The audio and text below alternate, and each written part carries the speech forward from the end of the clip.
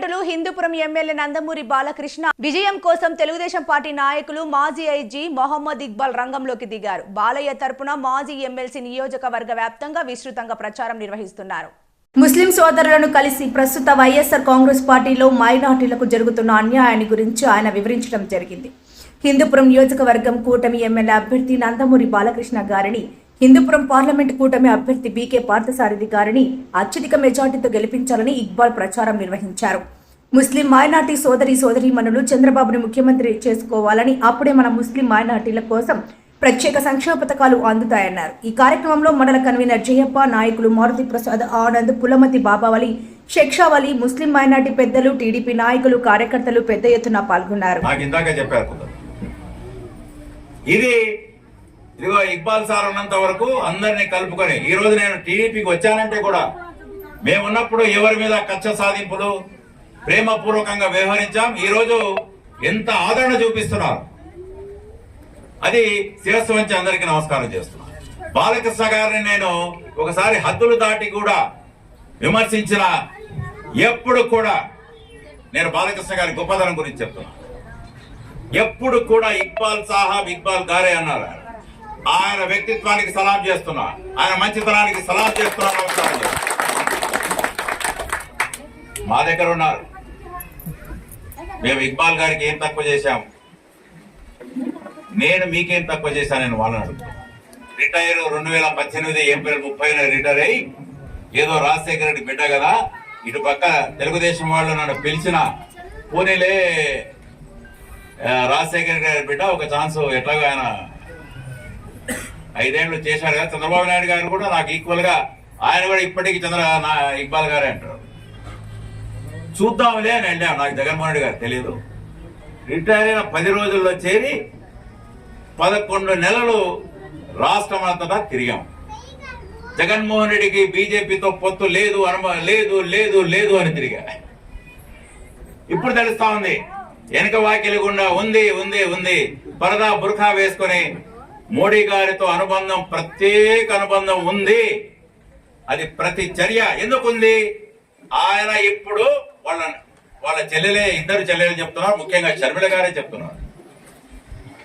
ఆయన ముఖ్యమంత్రిగా బెయిల్లో ఉన్నాడు కేసులో.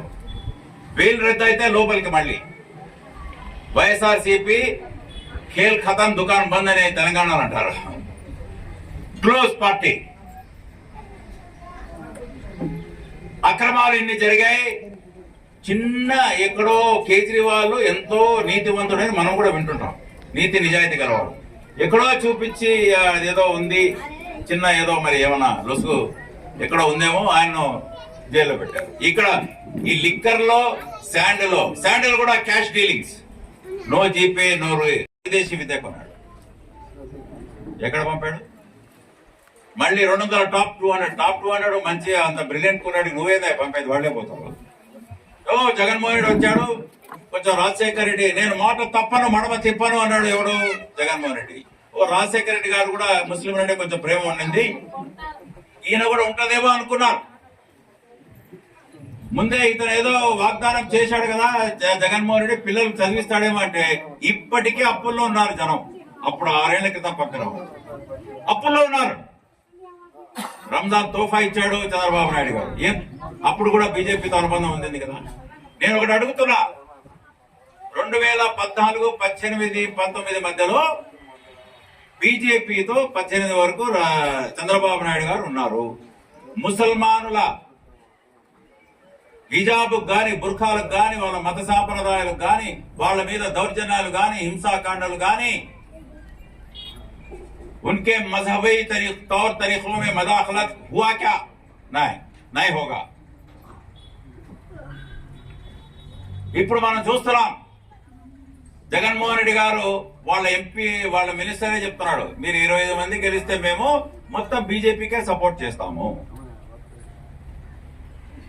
చంద్రబాబు నాయుడు గారు మనం చూసాం మొన్ననే, పోయిన 2014 నుంచి 18 వరకు 19లో స్పెషల్ స్టేటస్ ఇస్తాము అమరావతికి చెమ్ము తట్టెడు నీళ్లు ముట్టా ఇచ్చారు.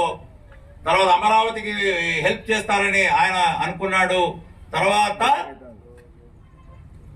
ఇవన్నీ చేయలేదు కాబట్టి, ప్రత్యేక హోదా ఇవ్వలేదు కాబట్టి బీజేపీ నుంచి పడ్డాడు బహారాయ. కానీ ఉస్కే బాద్ మొన్న మనం చూసాం తెలంగాణలో కూడా బీజేపీ ఉంది, ఎందుకు లేదు? అక్కడ కాంగ్రెస్ ప్రభుత్వం గెలుస్తా ఉంది, అక్కడ ప్రజల ప్రభుత్వం గెలుస్తా ఉంది, ప్రజలకు మంచి జరగబోతా ఉందంటే ఆయన కంటెస్ట్ కూడా, పోటీ కూడా చేయకుండా కాంగ్రెస్ కు మద్దతు పలికి కాంగ్రెస్ గెలిచింది. మన ముఖ్యమంత్రి జగన్మోహన్ రెడ్డి ఇక్కడ ఈ ముఖ్యమంత్రి ఇక మన కాదు, ప్రజా ముఖ్యమంత్రి కాదు అతను. ఖచ్చితంగా 20-30 సీట్లు కూడా రావు. 140-150 సీట్లతో చంద్రబాబు నాయుడు గారు ముఖ్యమంత్రి కాబోతున్నారు. జూన్ 9న ప్రమాణ స్వీకారం చేయబోతున్నారు. ముచ్చటగా మూడోసారి ఆయన అన్నట్లు ప్రసాద్ గారు అఖండ మెజారిటీతో బాలకృష్ణ ఆప్కి దువా